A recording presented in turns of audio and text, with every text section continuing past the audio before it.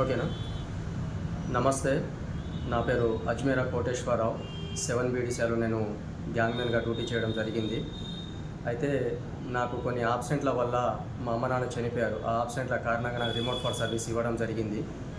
దానికి నేను మన రామగుండం సంఘు సెక్రటరీ వీరన్న నాయక్ అనే వ్యక్తి మా అన్నయ్య.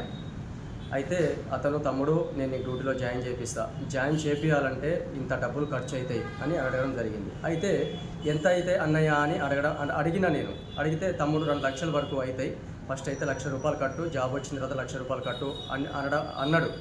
అయితే మా భూమి అమ్మి, నా ఉన్నదే 5 గుంటల భూమి, ఆ భూమి అమ్మి మరి మా అన్నయ్యకి నేను ₹1,10,000 ఫస్ట్ ఇచ్చి జాబ్ వచ్చినాక మిగతా డబ్బులు ఇద్దామని అనుకున్నాం.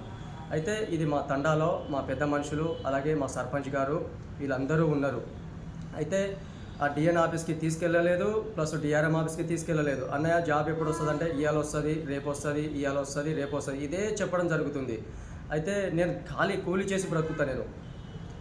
నేను మా భార్య ఇద్దరం చేనులో పని చేస్తే కానీ మాకు పూట గడవదు. అలాంటి పరిస్థితుల్లో మేము అతనికి డబ్బులు ఇవ్వడం జరిగింది.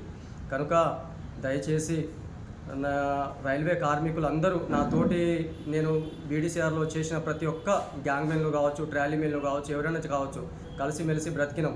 కనుక దయచేసి నన్ను డ్యూటీలో జాయిన్ చేసే ప్రయత్నం చేయండి. కానీ దయచేసి నేను చెప్పేది ఏంటంటే, నేను మోసపోయినట్టు ఈ సంఘు వాళ్ళ దగ్గర ఎవ్వరూ మోసపోవద్దు. కాబట్టి దయచేసి ఈ సంఘు వాళ్ళని నమ్మకండి, చేయకండి. దయచేసి నా మాట వినండి. నా మాట అబద్ధమైతే నా గ్రామంకి వచ్చి ఒకసారి ఎంక్వైరీ చేసి అడిగి ఆ తర్వాత మీరు చెప్పండి. కనుక మీరు దయచేసి నాకు ఉద్యోగం జాయిన్ చేసే ప్రయత్నం చేయండి. నాకు పిల్లం బిడ్డలు ఉన్నారు. దయచేసి ఇప్పించండి. రైల్వే కార్మికులకు, మిత్రులకు నా వందనాలు.